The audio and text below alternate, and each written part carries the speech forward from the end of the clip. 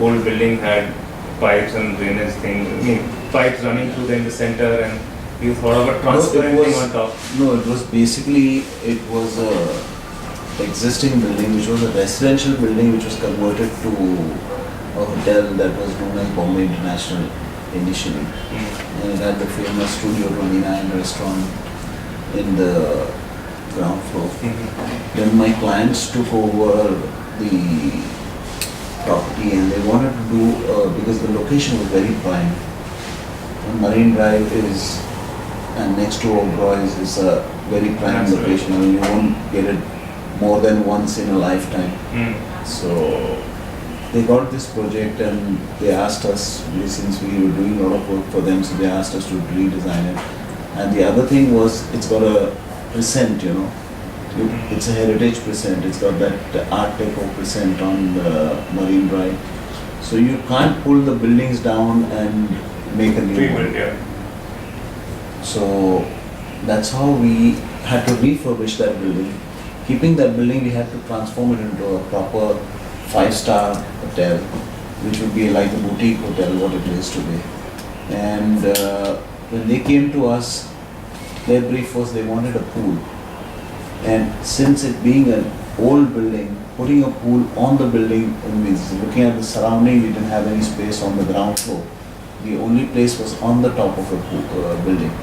And the only location was, this was the only location where we could take the columns up from down, because we, in the center earlier, there were 2 staircases and there was all the drainage pipes coming down and all rats going there. And it was in a real mess, you know.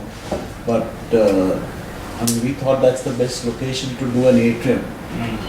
And you know, if you see the rooms also, it's a very long this thing, because it was an apartment block. So what we did is we made the rooms into a living room and then a toilet, and then we have the bedroom which is facing the sea.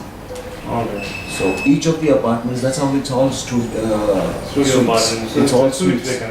Became. We term them as all suites.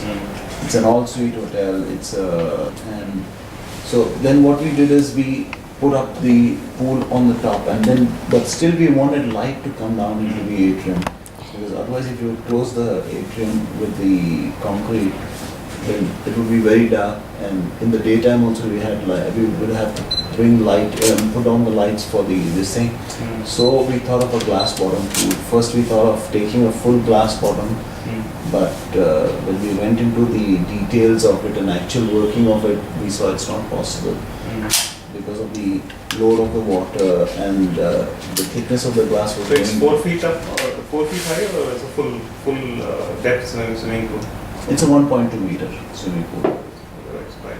Yeah, it's a regular swimming pool. So then we contacted a couple of companies and we did the glass bottom, but they gave us a limitation that this is the size max they could give us. So then we did a detail, we did a pattern, and we put the glass bottom in their place. And we got 4 layers of glass laminated together, and that's how the whole thing is done.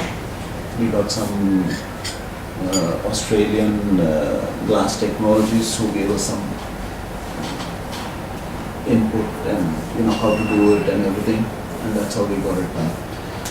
How old is this work? Now it is almost,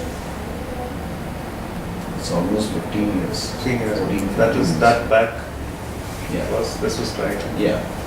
And the thing that happened, the tragedy that happened is before the opening of the hotel there was Diwali and the glass was put in place and everything was there. First time what happened is, this was the 3rd time when it actually became successful. First time when we did it, they put on the air conditioning from inside, and the glass technologists had told us, since it is a 4-layer glass, you do not put on the AC without the water. Because there are 4 layers of glass, the AC would cool the glass from inside. One side, and the other heat, side. Yeah. so it would crack, and it actually did happen that way.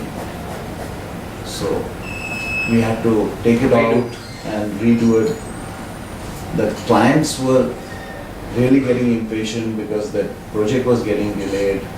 And the other thing was, they were losing money, and that glass costed them a fortune. At that time, I do not remember the exact figure, but I can get it for you. It was really expensive. Because 4 layers of glass, nobody had done it in India, laminated and everything.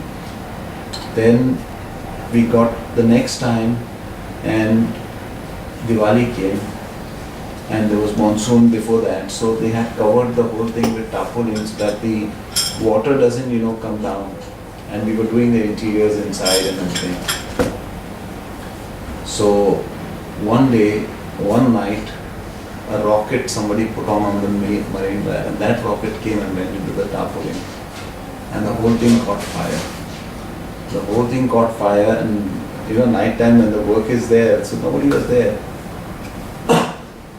The tarpaulin and the wood and everything caught fire, and it started, came onto the glass, and the glass started melting because of that heat, that fire, and everything came down. And it's the second time. And the third time we got it in place. So And 15 years back, you could speak to a client and make him agree to see a transparent thing with water on top and go through twice round. I still survive. Yeah, and the client came, it was a point when client was saying, I'm going to put RCC and close it and finish it. I'll put on lights every day. I'm not interested, but the patience worked, and today where we are, you see. People are talking stories about it. Yeah. I'm It's sure a nice, you had a tough work at hand that time. yeah, it's a nice hotel. It turned out very nicely. And that small property that was about 55,000 square feet. We got 66 all suite rooms.